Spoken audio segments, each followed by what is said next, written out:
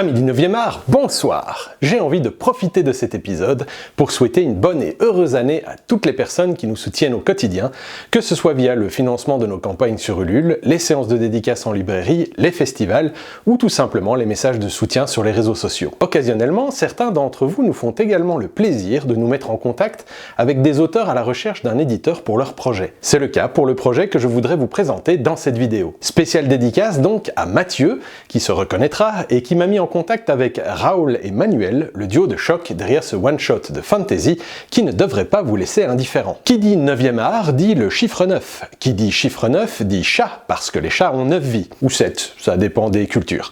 Bref, aujourd'hui on va parler de Catus.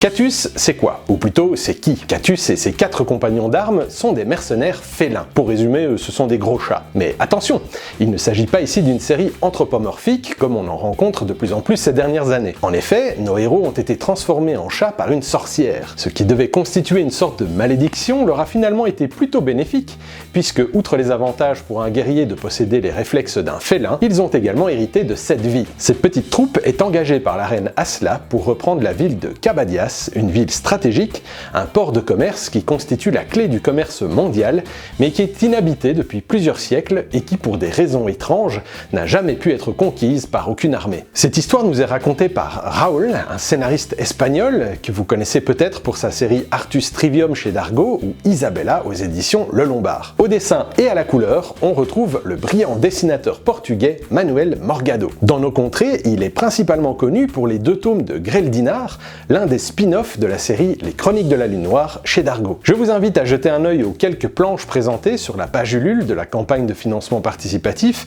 et je vous donne un petit conseil gratuit pour fêter la nouvelle année. Les dédicaces de Manuel sont splendides. Le lien est dans la description. Quant à moi, je vous dis à bientôt pour la présentation de notre prochain titre et je vous souhaite à toutes et à tous une excellente année. Ciao!